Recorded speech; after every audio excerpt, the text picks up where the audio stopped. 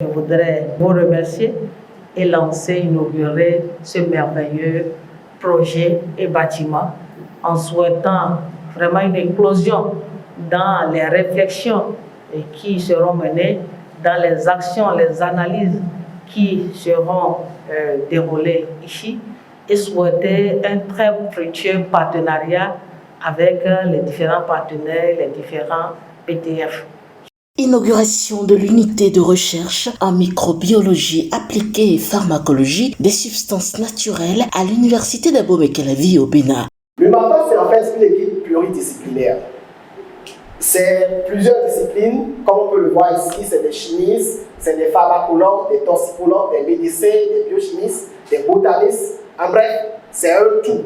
Et c'est grâce à ce tout qu'on arrive effectivement à évoluer et à aboutir à des résultats probants. Le MAPA, c'est également des projets.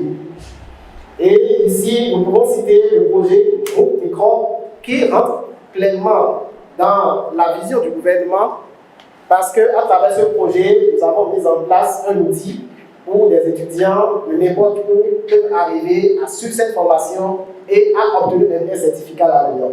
C'est également d'autres projets. Un bâtiment flambant neuf composé de 4 laboratoires prééquipés d'une salle média et bien d'autres et d'un coût global de 115 millions de francs CFA avec des équipements estimés à une valeur de 350 000 €. Un bond en avant pour le développement grâce à une jeune équipe énergique, dira Madame la ministre de l'Enseignement supérieur présente à la cérémonie d'inauguration qui salue l'effort fourni par l'équipe à tous égards et qui portait aussi les encouragements du chef de l'État. Féliciter donc l'équipe à travers le docteur Douillon, féliciter cette équipe qui nous rassemble parce que nous sommes dans un contexte, un triple contexte où nous célébrons certainement un triple événement. Le triple contexte, c'est que nous sommes à une période de bouleversement mondiaux et ce qui amène chaque État à revisiter ses priorités, à concentrer ses énergies sur tout ce qui est nécessaire pour protéger sa population et renforcer, donner un peu plus d'assurance et de confiance à sa nation. Ce contexte-là nous amène à ne pas nous focaliser sur tout ce qui vient de l'État, mais en même temps à voir nous-mêmes ce que nous pouvons donner pour renforcer ce que fait l'État. L'autre contexte, c'est la série des réformes qui sont initiées dans le secteur de l'enseignement supérieur de la recherche scientifique et qui nous donnent un lendemain, qui nous projette sur un lendemain meilleur. Et c'est en ce sens que je voudrais également, pour le troisième contexte, dire que nous avons besoin maintenant de nous replier sur ce que nous savons faire. Et c'est ça que vous avez démontré. Vous avez su capter ce contexte-là pour nous produire quelque chose. Et cette triple dimension que vous avez démontrée, c'est le travail ensemble. C'est une première dimension, le travail ensemble qui nous donne un meilleur résultat. Vous avez donné également une autre dimension qui est la passion. Vous êtes donné à la chose. Ce n'est pas un gain. La mise ensemble de ce que vous gagnez.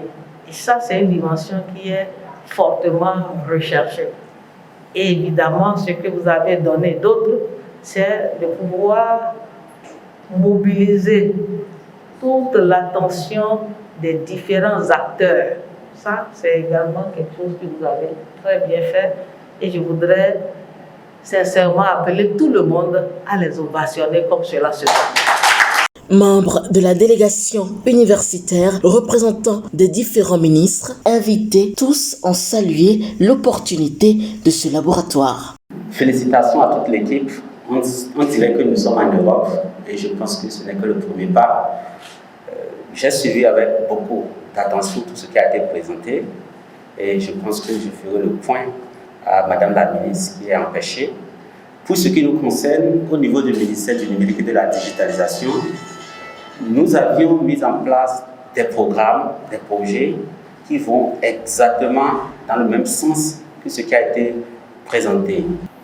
En dehors du personnel enseignant, nous avons besoin des techniciens de laboratoire qu'on ne recrute pas et qu'on essaie d'occulter.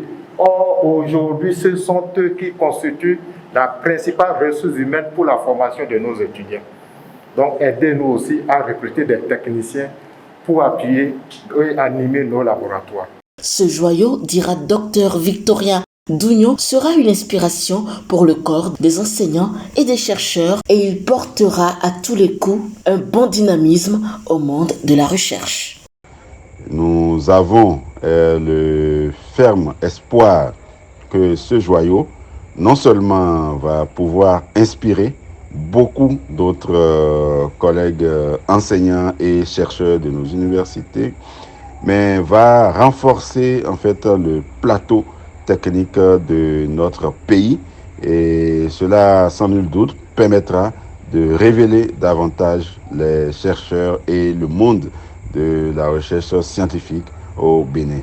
Et nous sommes convaincus que cette expérience, cette initiative est la seule manière véritablement d'accompagner les efforts de notre gouvernement, de permettre une certaine autonomisation des chercheurs et un repositionnement total du Bénin sur l'échiquier de la recherche au plan mondial, surtout en ce qui concerne le volet biologique.